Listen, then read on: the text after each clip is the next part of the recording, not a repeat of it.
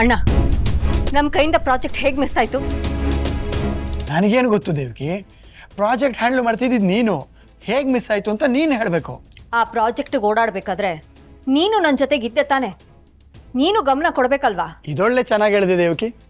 ಈ ಮನೇಲಿ ಸ್ವತಂತ್ರವಾಗಿ ನಿರ್ಧಾರ ತಗೊಳ್ಳೋ ಅಧಿಕಾರ ನನಗೆಲ್ಲಿದೆ? ಎಲ್ಲನೂ ನೀನು ಅಥವಾ ಗಿರಿ ಅಣ್ಣ ನೋಡ್ಕೋತೀರಾ?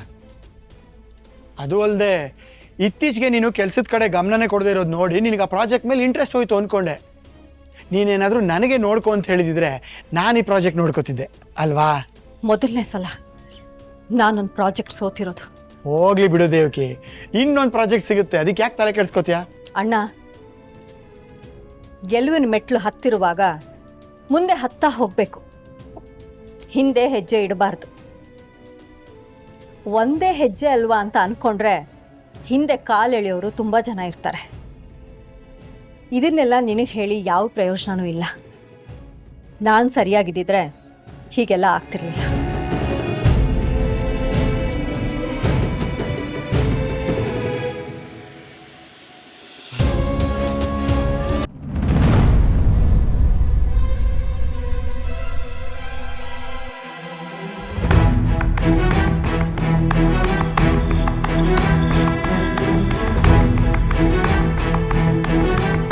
ನಾನು ಏನೇ ಆದರೂ ಕೆಲಸದ ಕಡೆ ಯಾವತ್ತೂ ಗಮನ ಕಳ್ಕೊಂಡೋಳೆ ಅಲ್ಲ.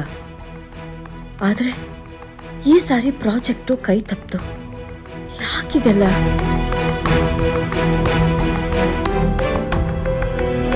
ಯಾಕಂದರೆ ಒಂದಾದ್ಮೇಲೆ ಒಂದು ನೋವುಗಳಿಗೆ ಎದೆ ಕೊಟ್ಟು ನಿನ್ನ ಮನಸ್ಸು ಚೂರಾಗಿದೆ ದೇವಕಿ.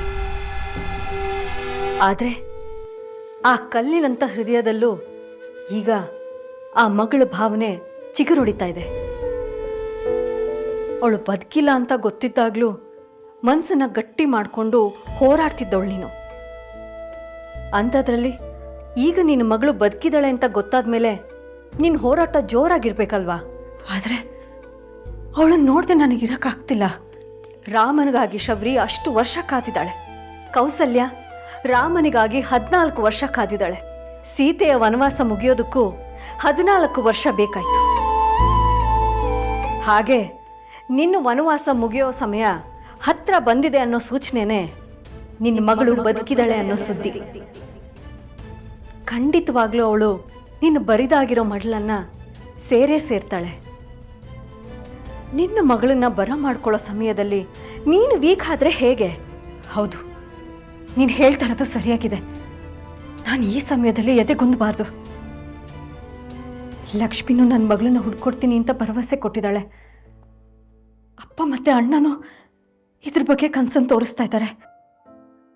ಈ ಸಲ ನನ್ನ ಹೋರಾಟದಲ್ಲಿ ನಾನು ಒಬ್ಬಂಟಿ ಅಲ್ಲ. ಇಷ್ಟು ವರ್ಷ ಎಲ್ಲರೂ ಜೊತೆಲೇ ಇರ್ತಾರೆ ಅನ್ನೋ ನಂಬಿಕೆಯಿಂದ ತಾನೇ ನಿನ್ನ ಜೀವನನ ನೀನು ಹಾಳು ಮಾಡ್ಕೊಂಡಿದ್ದು. ಹೀಗೆ ಹಿಂದೆ ನಂಬಿದ್ದಕ್ಕೆ ಅನುಭವಿಸ್ತಾ ಇರೋದು ಸಾಕಾಗ್ತಿಲ್ವಾ? ಇನ್ನೂ ನಂಬ್ತೀಯಾ? ಸಂಬಂಧಗಳು ನಿಂತಿರೋದೇ ನಂಬಿಕೆಯಿಂದ ಅಂದಮೇಲೆ ಅದನ್ನು ನಂಬದೇ ಇರೋದಕ್ಕೆ ಹೇಗಾಗುತ್ತೆ? ಆ ನಂಬಿಕೆಯಿಂದನೇ ಅಲ್ವಾ ಇವಳ ಮಗಳು ಬದುಕಿದ್ರು ಅದು ಗೊತ್ತಾಗದೆ ಇವಳು ನರಳಾಡಿದ್ದು. ಆ ನಂಬಿಕೆಯಿಂದ ಸಿಕ್ಕಿರೋದು ಬರೀ ನೋವು, ನರಳಾಟ ಮಾತ್ರ.